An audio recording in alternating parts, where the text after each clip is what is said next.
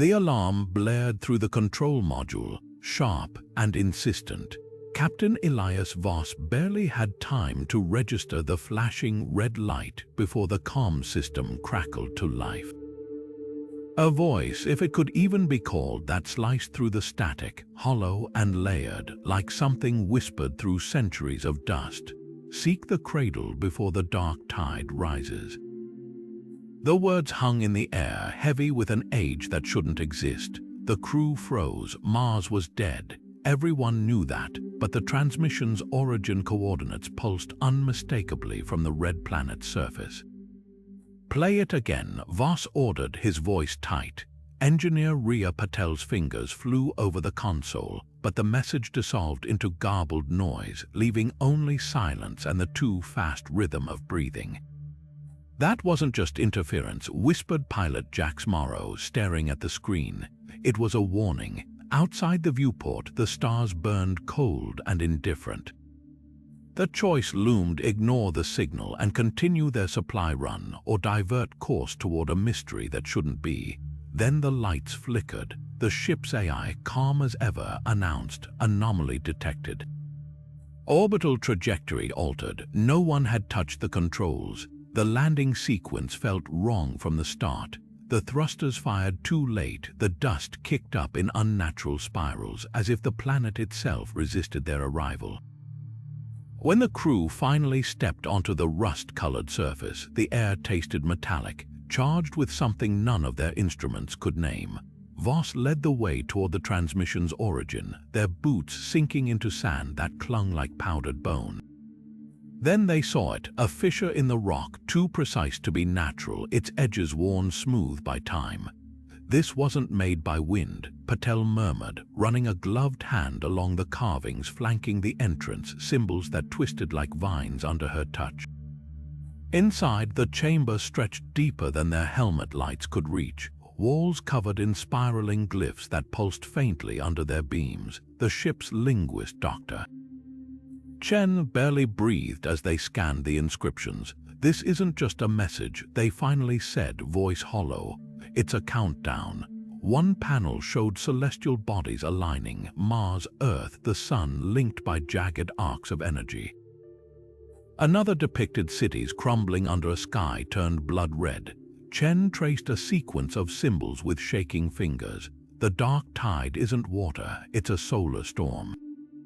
And the alignment: "It's happening in 3 days." Outside, the wind howled through the canyon, carrying whispers the microphones shouldn't have been able to pick up. A single word repeated: "Hurry." The air inside the chamber thickened as a presence surged through the crew's minds, an intrusion not of sound but of thought. A figure coalesced from the shadows, its form shifting like liquid obsidian under their helmet lights. No mouth moved, yet words reverberated inside their skulls, heavy with urgency. "You hear the echoes of the end." The voice, if it could be called that, was neither male nor female, but ancient, layered with the weight of millennia. Voss's pulse pounded in his temples as images flooded his vision. Cities swallowed by fire, oceans boiling into vapor, the very sky split open by tendrils of crimson energy. The entity's message seared into them: "The alignment is not prophecy, it is a cycle, and your species has slept through the warnings." Dr. Chen staggered back, gloved hands clutching their helmet as data streamed behind their eyes, celestial coordinates, equations humming with dire precision. "3 rotations of your world," the voice whispered, "then the tide comes." Pilot Jax's breath came in ragged bursts. "What tide?" he demanded aloud, but the entity only pulsed darker, its silhouette stretching toward the glyphs. The carvings flared to life, projecting a holographic web of light between the planets, a lattice of destruction. Patel's instruments screamed as radiation levels spiked, her screen flashing a brutal truth: the storm wasn't coming.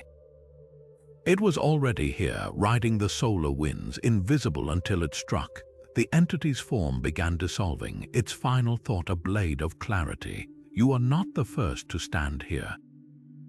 "You must be the last." Then silence. The chamber lights dimmed, leaving only the crew's panicked breaths and the dreadful certainty that whatever had spoken was gone, but its warning clung to them, indelible as a scar. Outside, the Martian wind moaned like a dirge. The first clue was the heat signature, faint but unmistakable. Patel spotted it while recalibrating the long-range scanners, a blip of energy flaring from the comms array when the ship should have been silent. Someone had sent a transmission. The tech should have been locked down, encrypted, yet the data logs were wiped clean, scrubbed with a precision that screamed inside job. Voss's grip tightened on the console edge. Only 4 people aboard had that level of access. Jax caught the shift in atmosphere before the accusation started. He watched Chen's fingers twitch near their wrist terminal, the way their eyes darted toward the airlock like a trapped animal scenting escape. Then the alert hit, a corporate drone ship altering course, burning hard toward Mars. Nexus Dynamics. Rhea pulled up the specs with a curse. "That's a retrieval team," she muttered. "They know." The air in the galley turned to ice when Voss confronted them. Chen didn't deny it, just lifted their chin, voice eerily calm. "You think hiding this will save anyone?" Their gaze flicked to the still glowing glyphs on the tablet between them. "Nexus has the resources to evacuate cities, build shields. We have nothing." A bitter laugh. "You really trust Earth's governments to act before the sky burns?" Morrow's fist connected with the bulkhead before anyone could stop him.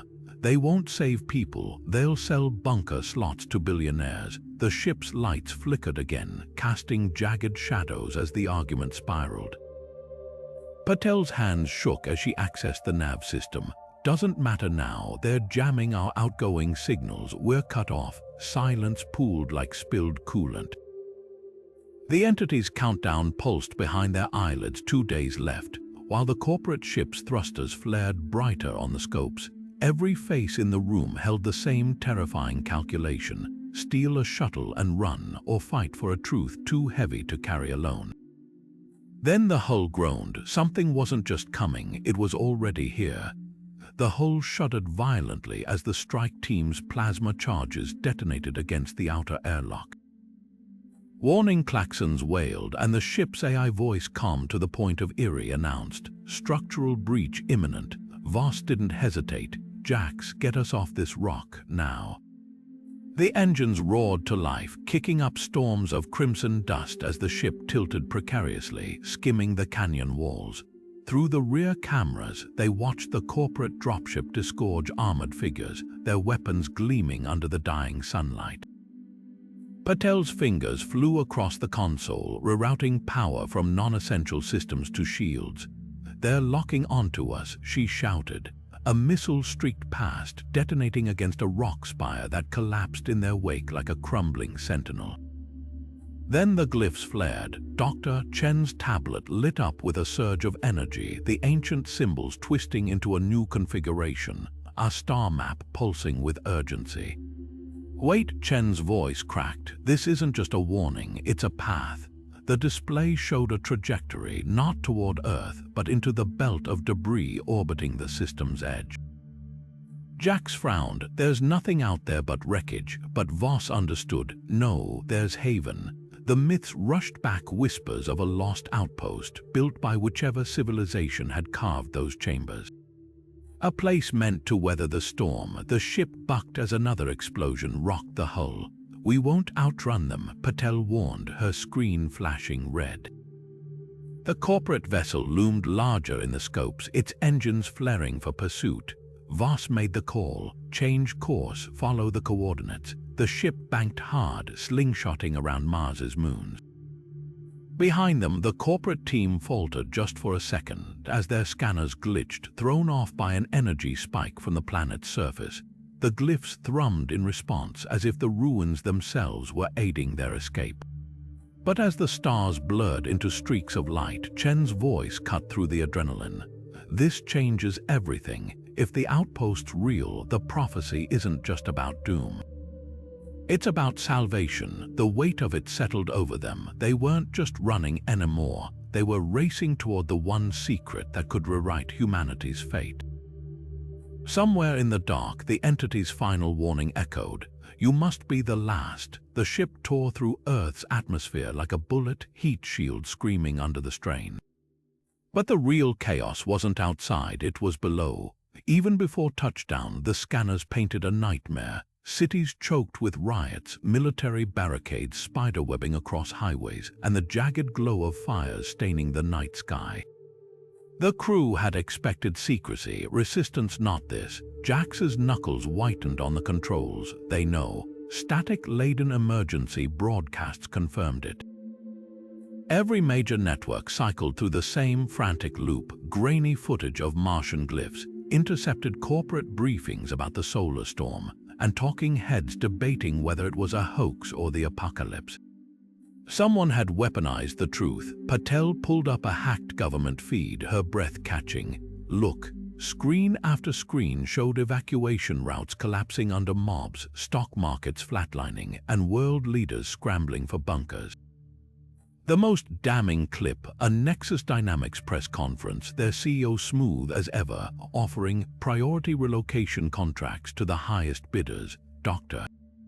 Chen's hands trembled as they accessed the ship's comm logs. The leak didn't come from us. The timestamps told the story. Nexus had broadcast the prophecy first, framing it as a limited-term atmospheric anomaly to avoid outright panic while quietly selling salvation. Voss's jaw tightened. They're not just profiting off this, they're controlling it. Outside the landing bay, the air reeked of smoke and desperation.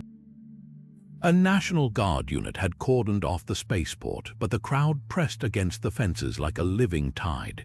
Faces blurred together, protesters waving handmade signs with the Martian glyphs crudely painted, parents clutching children, preachers bellowing about divine reckoning. Then the shots rang out. The crew froze as the crowd scattered, screams slicing through the haze. On a nearby billboard, the Nexus logo flickered above a scrolling ticker. Remaining orbital sanctuary seats, 1,422. The message cycled again, colder than the gunfire. Chen turned to Voss, their voice hollow. We came back to warn them, but they were already doomed the moment someone turned this into a commodity. The ship's hatch hissed open, revealing a world unraveling faster than any solar storm could burn it. Somewhere in the distance, a church bell tolled not for prayer but for curfew. The countdown wasn't just in the stars anymore. It pulsed in every frantic heartbeat on the street, and the storm hadn't even hit yet. The safe house stank of ozone and desperation. Flickering holoscreens cast jagged shadows across Dr. Leon Adler's makeshift lab, a rogue NASA astrophysicist who'd gone dark 2 years ago after her research into solar anomalies was abruptly classified. Now she stood before them, gaunt but electric with urgency, her fingers dancing over a stolen data core. You think the alignment is the problem? A bitter laugh escaped her. It's the key. Patel recoiled as Adler projected a schematic between them, a towering ring of ancient alloy and modern engineering, its design mirroring the Martian glyphs with terrifying precision. Project Janus, Adler whispered, built during the Cold War as a failsafe against solar flares, buried under Cheyenne Mountain until someone decided playing God was cheaper than saving cities. Her hands trembled as she zoomed in on the central array. This isn't just a shield, it's a resonator meant to harmonize with the storm's frequency and deflect the worst of the energy. Chen's breath hitched. You're saying we can steer it? Adler's eyes burned. If we reach the control node before the alignment peaks, she tapped a timestamp on the screen. Nexus sabotaged the project because stabilizing the climate doesn't turn a profit, but the machine's still there, and I know how to wake it. Outside, sirens wailed as corporate drones scoured the streets. Voss studied the schematic, the weight of betrayal settling in his chest. Every government that had sworn to protect them had chosen silence. Every corporation had sold lies instead of solutions. But the answer had been here all along, rusted and forgotten, like the bones of a better world. Jax cracked his knuckles. So we steal a doomsday device. Adler's grin was all teeth. Oh, we're not stealing it. The hologram shifted, revealing a second site, a derelict spaceport where a shuttle waited, fueled and ignored. "We're taking it back." The facility's outer perimeter was a maze of motion sensors and automated turrets, cutting-edge security for a secret the world wasn't supposed to find.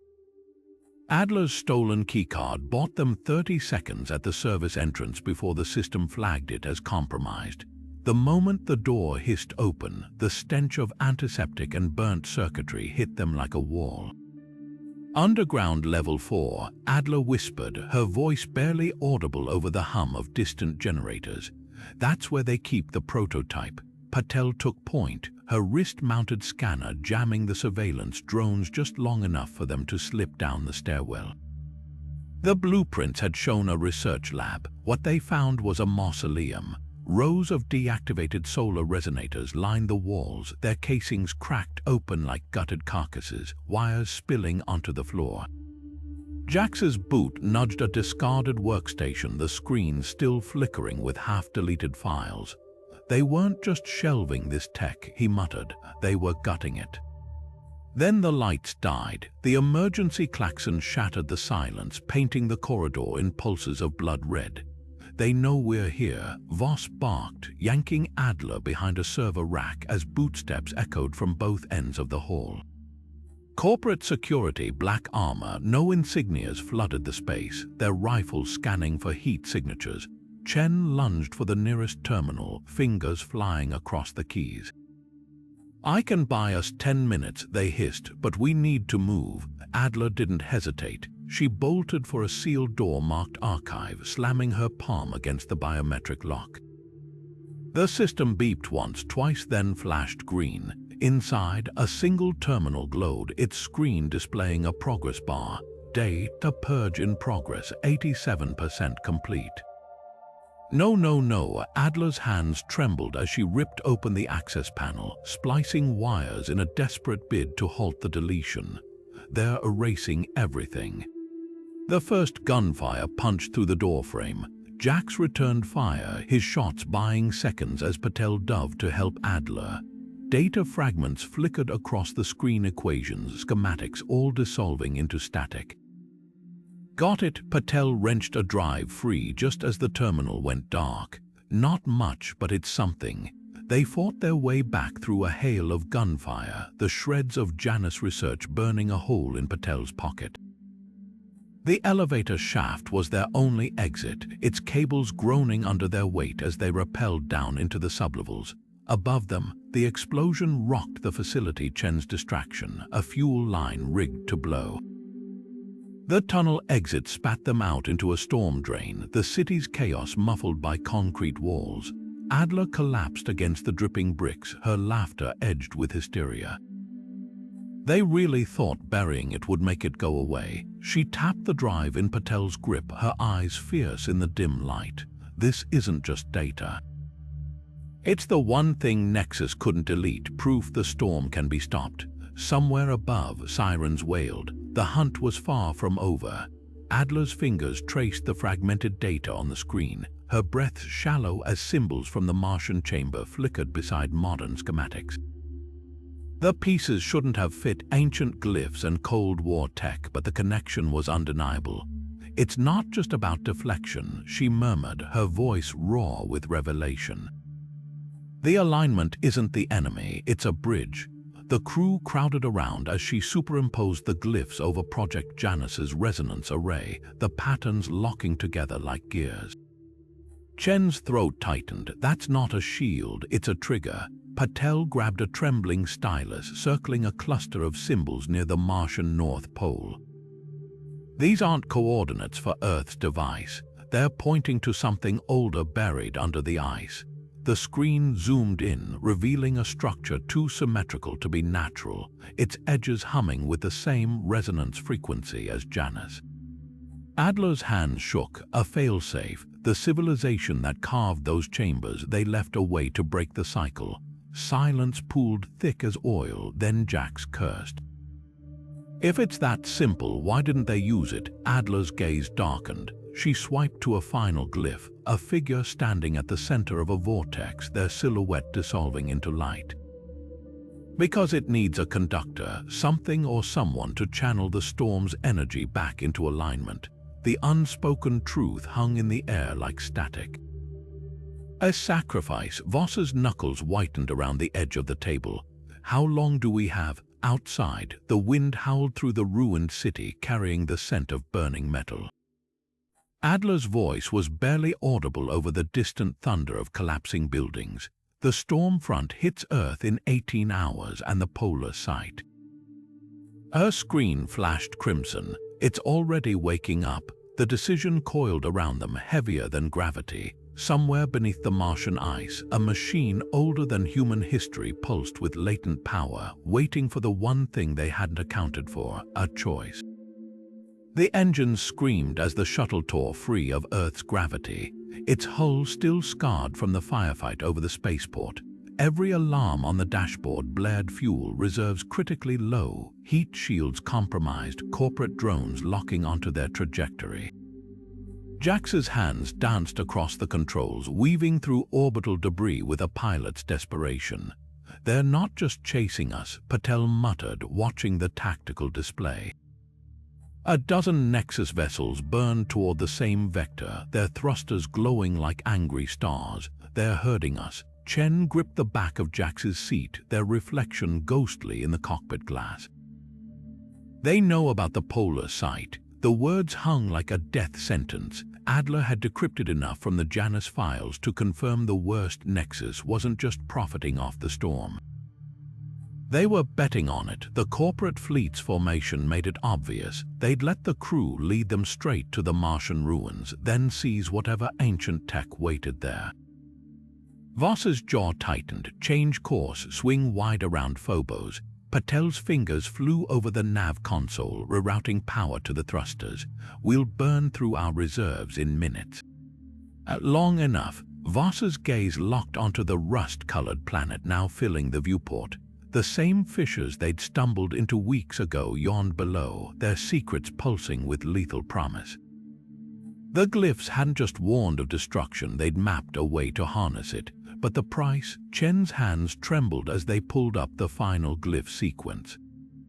The figure at the vortex's center wasn't just dissolving, it was merging. A proximity alert shrieked. 2 Nexus interceptors broke formation, their weapons charging. "They're cutting us off." Jax hauled the shuttle into a spiraling dive, Martian dust swirling as they skimmed the canyon walls. The comms crackled, not with static, but with a voice dripping with corporate calm. "Stand down and transmit your coordinates. You are interfering with a classified retrieval operation." Adler lunged forward, jamming the signal. "Retrieval, my ass." "They're scavengers." Her hands shook as she activated the stolen Janus protocols, the shuttle system syncing with the glyph data. "We've got one shot. The polar site's resonance field is already active. We just need to reach the chamber before the alignment peaks." The shuttle rattled as a near miss rocked the hull. Patel's screen flashed red, shields at 12%. Voss unbuckled his harness. "Then we land hard." Outside, the sky darkened, not with night, but with the first tendrils of the solar storm, its auroras writhing like living things. The countdown wasn't just ticking in their heads anymore, it stained the heavens. Jax's laugh was sharp as shattered glass. "Guess we're not dying from paperwork after all." He yanked the controls, sending the shuttle screaming toward the ice caps, corporate guns lighting up the dark behind them.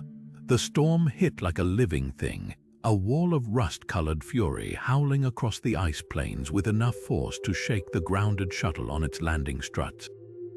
Voss checked his wrist display, the oxygen readout flashing a grim countdown, 3 hours, 17 minutes. Patel, status on the rover.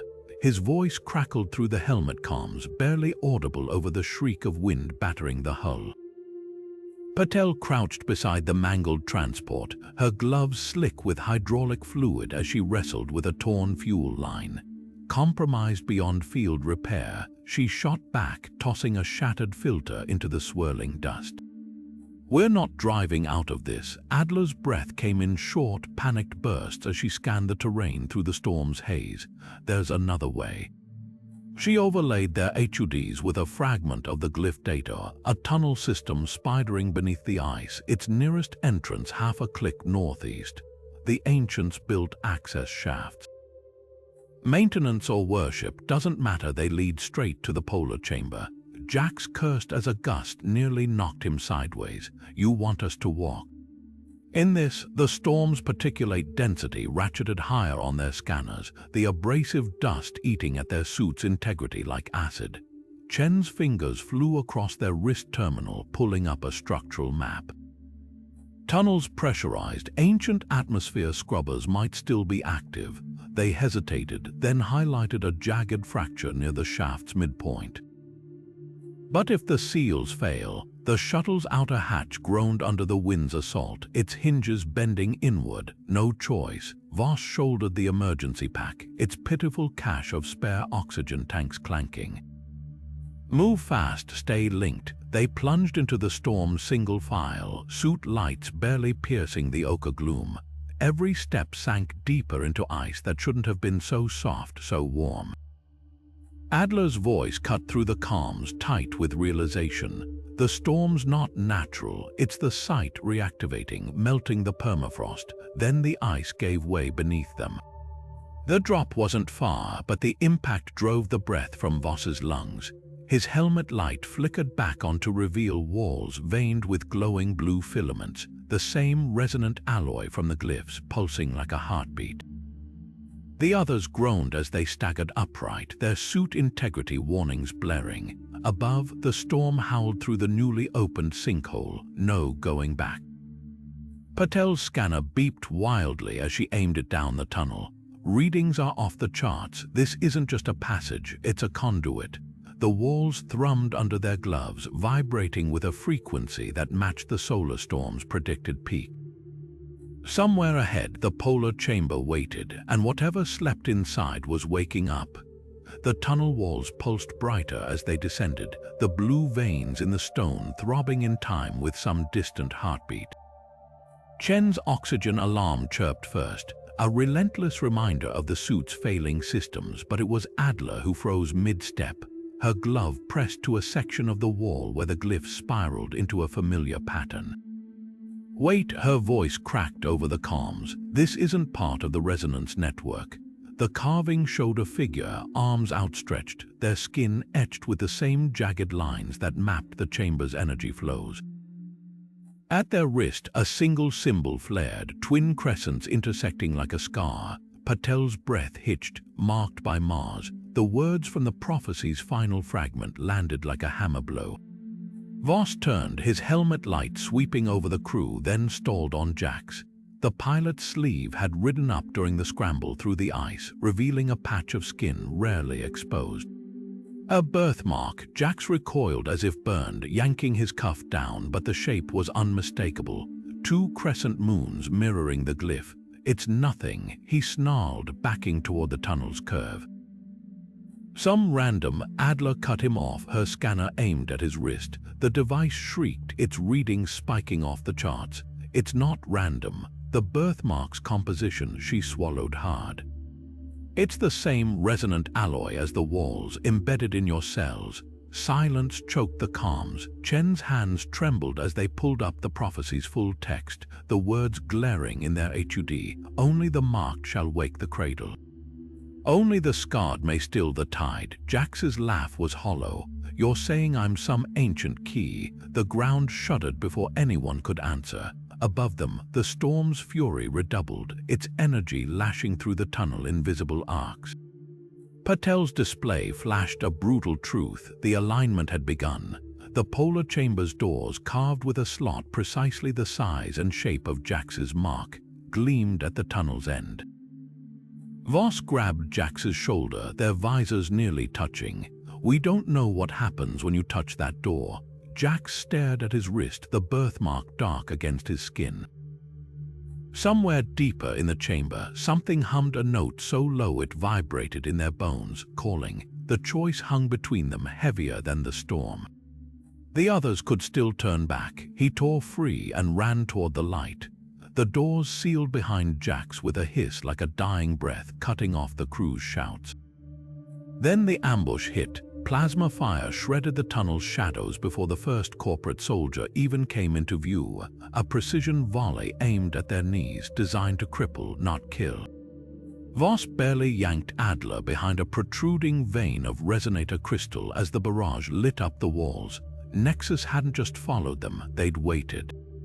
Patel's scream crackled through the comms as a ricochet tore through her calf, her suit's medical readouts flashing crimson. Chen dragged her behind cover, their gloves slick with her blood. "They're herding us toward the chamber." The corporate squad advanced in eerie sync, their armor's black polymer swallowing the tunnel's blue glow. No insignias. No mercy, their leader's voice filtered through a distorted vocoder. "You are contaminating a restricted archaeological site. Stand down." Jax's laughter was raw. Like hell, he lunged not for cover but for the nearest soldier, a move so reckless it caught the squad off guard. His fist connected with the merc's visor, cracking it just enough for a tendril of Martian air to seep in. The man staggered, choking, as Jax wrenched the rifle from his grip and spun it on the others. Run! Chaos erupted. Voss half-carried Patel while Adler lobbed a scavenged grenade, not at the soldiers but at the ceiling. The blast range shattered resonator alloy down the corridor, the fragments screaming as they interacted with the tunnel's energy field. The resulting feedback shriek shredded the corporate squad's comms, their formation dissolving into panicked static. Chen reached the chamber door first, their palms slamming against the carved symbols. It didn't budge. Jax the mark. They turned just in time to see him tackled by two armored figures, his wrist pinned as a soldier raised a serrated blade. No, the knife came down. Blood bloomed dark in the blue light, but it wasn't Jax's. Voss wrenched the blade free from the merc's throat, his own side screaming where a stray round had grazed his ribs.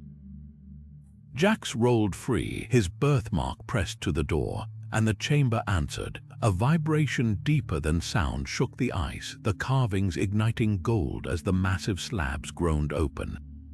Inside, the corporate sniper had perfect line of sight. Patel's warning came too late. The round took Adler between the shoulder blades, her body folding forward as the chamber's light swallowed her. Chen caught her too small, too late, as the wound hissed against the sudden pressure change. Her lips moved, not with pain, but with recognition. The chamber's core pulsed before them, a column of liquid alloy swirling around a human-shaped hollow. The conductor, Jax's birthmark, burned as the chamber's resonance intensified, the walls humming with gathered energy. The corporate squad regrouped at the entrance, their leader's rifle leveled at Voss's skull. Last chance, walk away. Then the storm hit peak alignment. The roof cracked open, not with ice but with light. A solar flare's fury channeled straight through the planet's crust.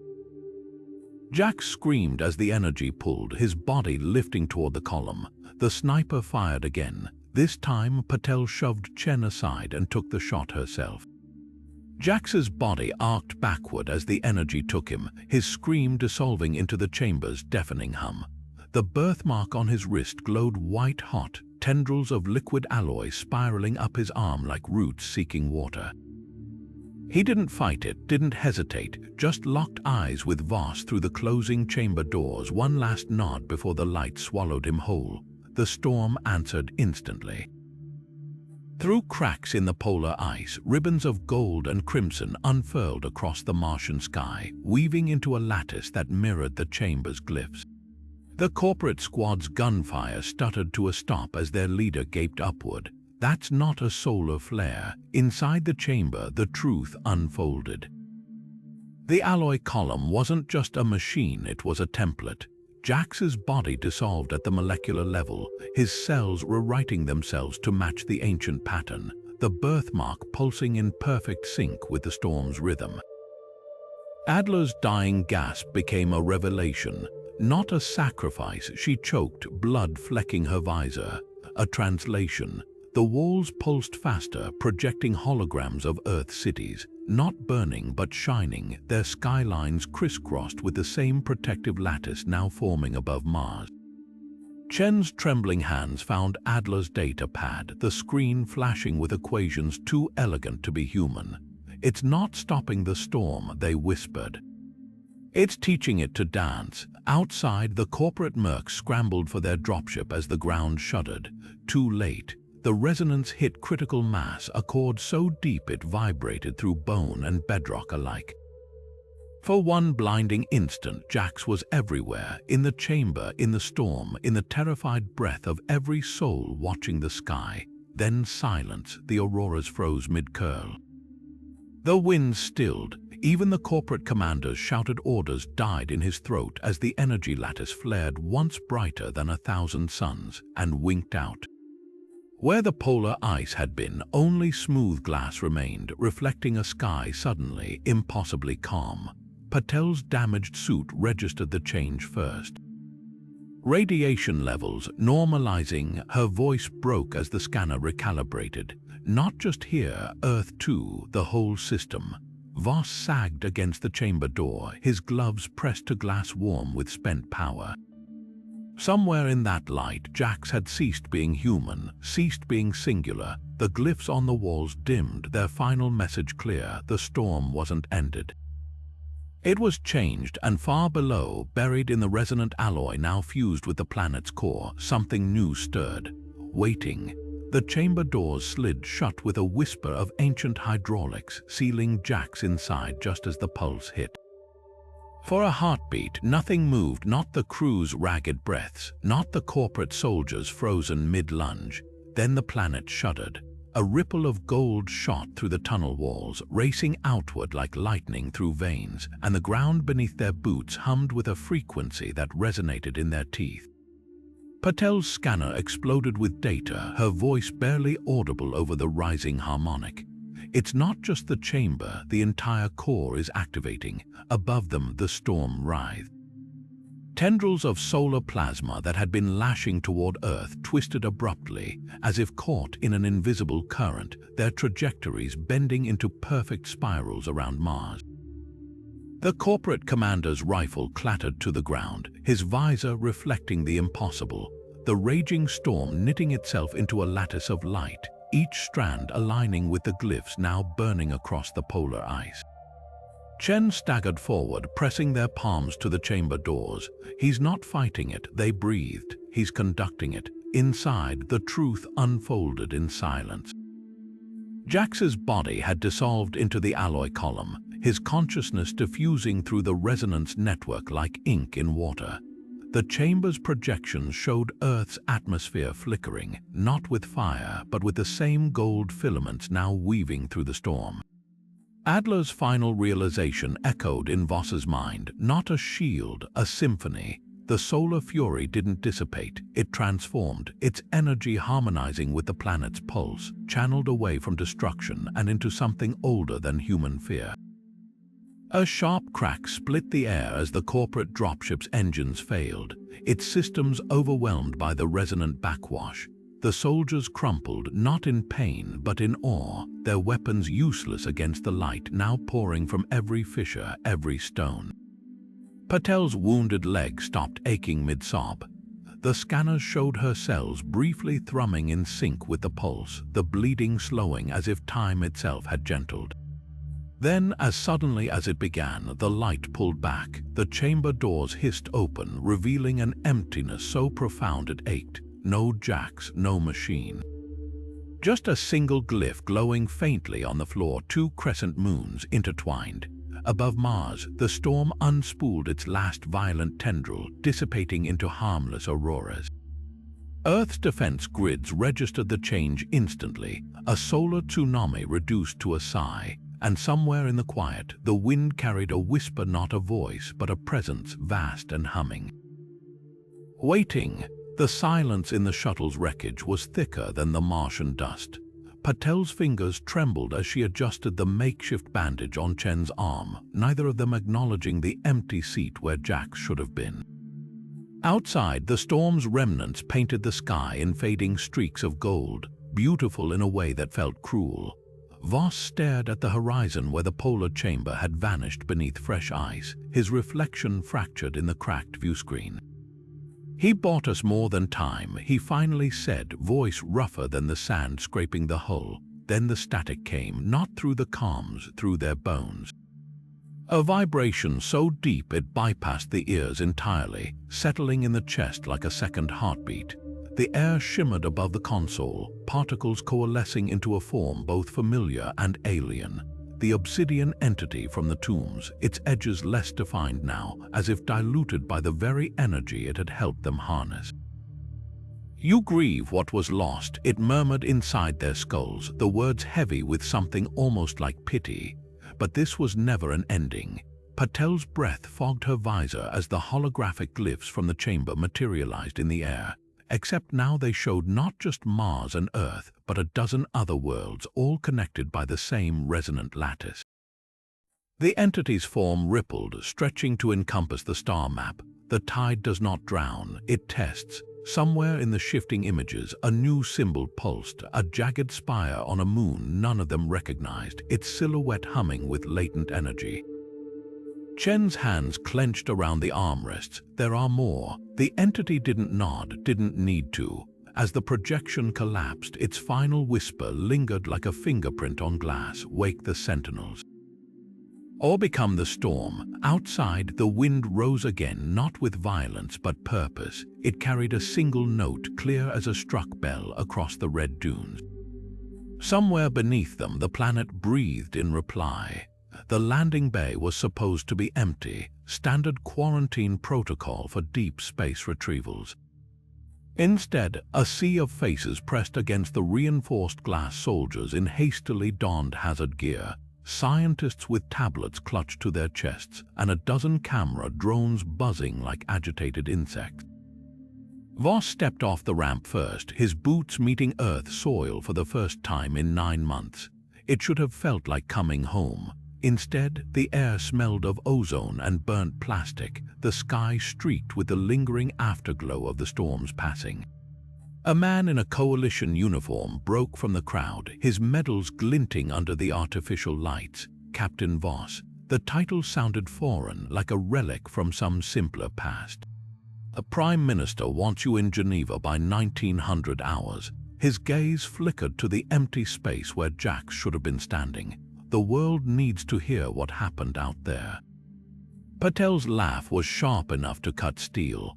"Hear or profit from?" She nodded toward the back of the hangar, where a cluster of Nexus executives murmured into wrist comms, their tailored suits untouched by the dust still clinging to the crew's patched flight suits. Chen stiffened as one of them caught their eye, a woman with a smile like a scalpel. "They're already rebranding," they muttered, pulling up a news feed on their cracked tablet.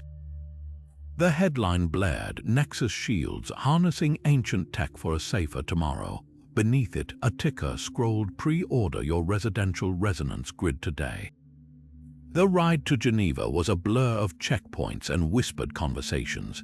Outside the armored transport, Earth unfolded like a fever dream. Makeshift barricades lining the highways, drones ferrying supplies to the reinforced arcologies rising in every metropolis.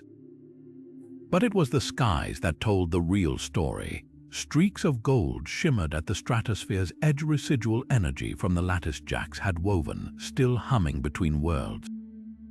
The briefing room stank of coffee and panic. 36 nations' representatives crowded around a hologram of Mars, its surface now crisscrossed with pulsating blue lines. "The polar site isn't the only one," a French astrophysicist was saying, her pointer trembling over a new fissure near the equator. "We've detected 12 more energy signatures across the solar system." Same resonant frequency. She tapped the display, zooming in on a moon of Jupiter. Europa's ice is singing the same song. A hand shot up from the back. Singing to what? The answer came from an unexpected corner, a young linguist from Mumbai, her notes overflowing with translated glyph fragments. Not what? She held up a tablet showing the twin crescent symbol, now glowing faintly in 6 different excavation sites. "Who?" The room fell still as she tapped another file. A audio waveform spiked violently, a recording from the Martian tunnels in the moments after Jax's transformation. Beneath the static, something unmistakable, a voice layered and vast, speaking in no language any human throat could replicate. Voss closed his eyes. The entity's last words took on new weight. Wake the sentinels. Outside, the first snow of the season began to fall, except it wasn't snow. Tiny golden particles drifted through the twilight, settling on skin without melting. Testing, remembering, somewhere beyond the atmosphere, the cradle stirred. The static hissed through the cabin speakers like a dying breath before the voice came, not a transmission, but a presence, seeping into the comm system without a signal lock. The words slithered through, each syllable stretched unnaturally as if spoken through ice. You silence the storm, but the dreamers stir beneath the white. The crew froze. Patel's fingers hovered over the console, the origin coordinates glaring up at them. Europa, depth 7 kilometers below surface ice. Chen's breath fogged the screen as they leaned in, tracing the jagged date, a spike accompanying the message. That's not a distress call, they whispered. It's an invitation. Voss clenched his fists, his knuckles still bruised from the Martian tombs. Outside the viewport, Jupiter's swirling storms loomed impossibly large, its gravity well a hungry mouth. The message repeated, this time with a new layer, a sound beneath the words, rhythmic and vast, a heartbeat. Patel's scanner flared to life, mapping the signal's harmonics against the Martian glyphs. Same resonance frequency, she breathed, but amplified. The display flickered, superimposing two images, the Europa ice shell and beneath it something massive, a shadow with angles too precise for geology. Jax's absence pressed against them, heavier than vacuum. The entity's warning coiled in Voss's skull. Wake the sentinels. Now Europa's ice whispered back. A new alert blared not from the comms, but from the ship's long-dormant astrometrics array. The screen resolved into a star map none of them recognized, constellations rearranged. At its center pulsed a single point, Pluto. Chen paled. That's not a map of now. Their finger trembled over the timestamp etched in the corner. This is a projection. From before the solar system formed, the pieces clicked with terrible clarity. The storm wasn't the first warning, it was the last, and whatever slept beneath Europa's ice wasn't just another machine. It was an alarm clock. The Geneva briefing room smelled of sweat and stale coffee, the air thick with the static of too many screens crammed into too small a space. Voss counted 17 nations' flags draped along the walls, each one watching. Waiting.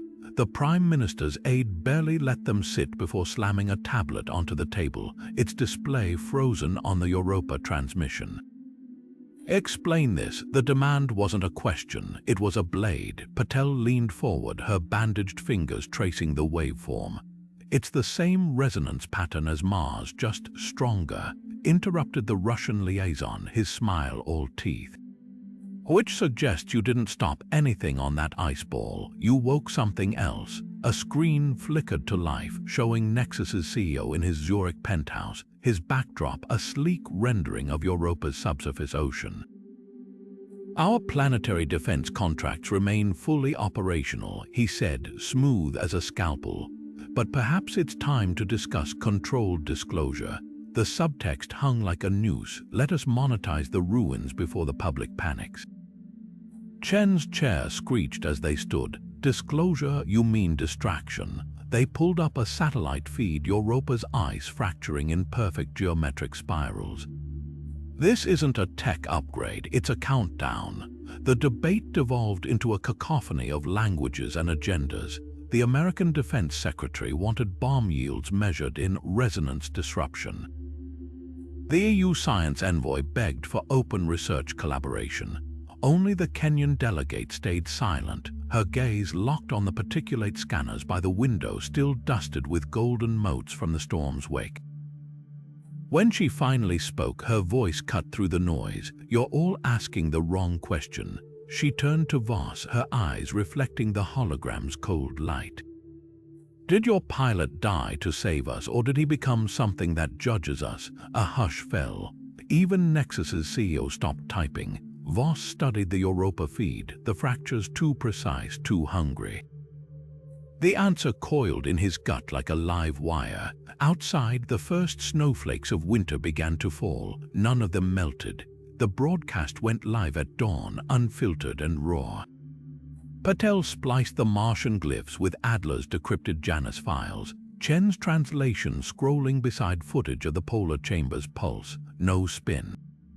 No disclaimers, just the unvarnished truth. The storm was a test. Humanity wasn't the first to face it, and the ruins scattered across the solar system were less like graves and more like classrooms. The reaction wasn't debate, it was tectonic. Within hours, the video metastasized across every platform, fracturing into 1,000 narratives. Conspiracy theorists screamed about ancient alien overlords. Religious groups proclaimed it the rapture with better special effects, but it was the streets that told the real story. Berlin, Mumbai, Lagos, cities convulsed as crowds flooded government districts, their signs brandishing the twin crescent symbol like a battle standard. A teenager in Sao Paulo spray painted it across the stock exchange doors with the caption "Wake Up." Nexus's headquarters became a war zone. Protesters hurled chunks of resonator alloy scavenged from half-built corporate shields at the sleek glass facade. "You don't own the sky," someone bellowed as police drones rained tear gas. Meanwhile, in Geneva, the coalition's emergency session devolved into a shouting match. The American delegation demanded militarization of the Europa site. The Martian settlement reps, their faces pixelated by lag, pleaded for restraint. "This isn't about claiming territory," their speaker insisted, voice cracking. "It's about passing the test." Chen watched it all from a safe house in Reykjavik, their fingers tracing the frost-etched window. Outside, the auroras still threaded with gold from the storm's passing shivered like living things. "They're missing the point," they murmured. The glyphs hadn't warned of extinction.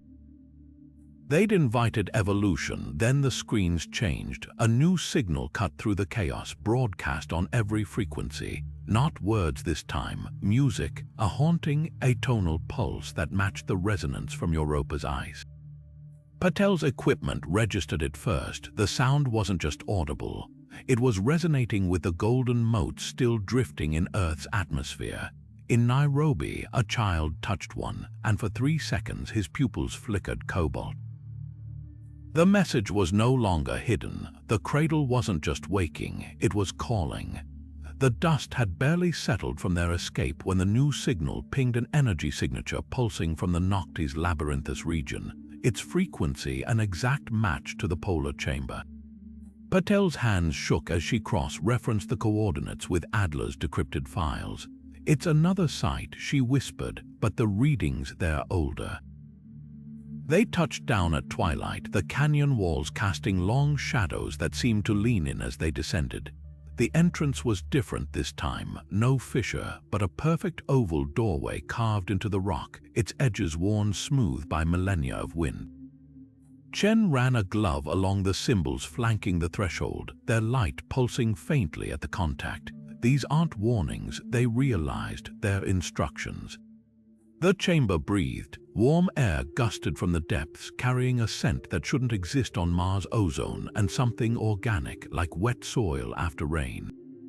Their helmet lights revealed walls covered in glyphs that shifted as they moved, rearranging themselves like living parchment. Voss froze as one panel resolved into a familiar scene, their own ship rendered in stark lines, landing beside the very canyon they'd just left. Below it, the twin crescent symbol pulsed with deliberate emphasis. Patel's breath hitched. It knew we'd come. Deeper in, the chamber opened into a circular vault. At its center, a pedestal held a single artifact, a sliver of resonant alloy, its surface etched with fragments of text that matched the prophecy's phrasing but twisted. Where the polar chamber had spoken of storms and sacrifice, these words hummed with a quieter urgency. "Seek the cradle but heed the gate. Not all dreamers wish to wake." Chen's translation device spat static as they scanned the text. "This isn't just another piece of the puzzle," they murmured. "It's a correction." The entity hadn't been guiding them toward salvation. It had been steering them away from something worse. Above the pedestal, the ceiling dissolved into a holographic starscape, not Earth's solar system, but one impossibly distant. At its heart, a black crescent moon hung against the void, its edges vibrating with the same gold as the storm lattice. The image held for 3 shuddering heartbeats before fracturing into a new sequence, Europa's ice shell cracking open like an egg. The alloy shard flared white-hot in Voss's grip. Somewhere beneath their boots the planet groaned. The Coalition's briefing room smelled of fresh paint and desperation, the walls still streaked with hasty repairs from the riots. Voss rubbed his temple as the director tossed personnel files onto the table, each one a potential recruit for the Europa mission. "We need people who have seen what you've seen," the man said, tapping Jax's empty chair. Not just soldiers, believers. Patel flinched when they projected the new roster. Young faces, bright-eyed, none of them had watched a friend dissolve into light. "You're asking us to lead lambs to a slaughterhouse," she muttered, her fingers tracing the scar on her calf where the corporate round had torn through. Chen said nothing. Their gaze stayed fixed on the live feed from Europa, the ice fracturing in hypnotic spirals, each crevice humming with the same resonance that had swallowed Jax whole. The director mistook their silence for consideration. "You'd have full autonomy. Nexus won't touch this one." A bitter laugh escaped Voss. "Nexus doesn't need to." He flicked a file open, revealing the lead engineer's credentials fresh from a corporate-funded academy, her thesis on resonator tech dripping with proprietary jargon. They'd already lost control of the narrative. Then the screens flickered. The message sliced through every monitor in the room, raw and unfiltered, a burst of static resolving into a cavernous black expanse beneath Europa's ice. No voice this time, just movement. Something vast shifted in the darkness, its edges refracting light in impossible angles. The new recruits recoiled. One vomited. Patel leaned forward, her reflection warping in the screen's glow. "That's not an invitation." The transmission cut out, leaving only a frozen frame, a single glyph, half eroded by time but unmistakable. Not the twin crescents, a new symbol, 3 intersecting rings, their center dark as a pupil. Chen's tablet emitted a weak chime as their translation software finished parsing the image. The result hovered over the table, 4 words pulsing like a wound. "They remember us now." The hangar doors groaned shut behind them, sealing away the chaos of Earth. The protests, the panicked broadcasts, the scent of burning insulation from yet another riot. Chen's footsteps faltered halfway up the ramp. The others turned, expecting a last-minute equipment check, but the look on their face said everything. "I can't," they whispered, their voice cracking under the weight of it. Not fear, not exactly, something heavier. The kind of exhaustion that settles in the marrow after too many close calls with the impossible. Voss didn't argue. He'd seen that hollowed-out stare before, in the mirror after Mars. Patel reached for Chen's arm, her grip firm but gentle. "You sure?" No judgment, just the unspoken truth hanging between them. Someone has to stay. Someone has to tell the story if we don't come back. Chen handed over their tablet, the screen still glowing with the last Europa transmission. The 3-ringed glyph, the thing moving in the dark. "I'll keep working from the ground. Nexus might own the skies, but they haven't figured out how to silence the streets yet." A ghost of a smile. "Besides, you'll need someone to translate whatever fresh nightmare you dig up out there." The ramp retracted with a hiss. Through the closing gap, Chen lifted a hand, not a wave, but the old signal from their first mission, fingers curled into the twin crescent shape. A joke then, a prophecy now. Inside the ship, the console lit up with Europa's coordinates, the route already plotted. Patel strapped in, her hands steady for the first time in weeks. "Guess we're the ones knocking on the cradle's door now." The engines roared to life, drowning out the sirens and the screams and the last fragile piece of Earth they'd ever see. Somewhere below, Chen stood in the shadow of the launch tower, watching as the ship became a streak of fire, then a star, then nothing at all. Aboard the vessel, silence pooled thick as oil. No speeches, no second guesses, just the hum of the drive and the faint, persistent pulse of the alloy shard in Voss's pocket, the one from the Noctis Labyrinthus, the one that hadn't stopped vibrating since they left Mars. Outside, the stars wheeled past, indifferent. Ahead, Europa waited, and beneath its ice something stirred.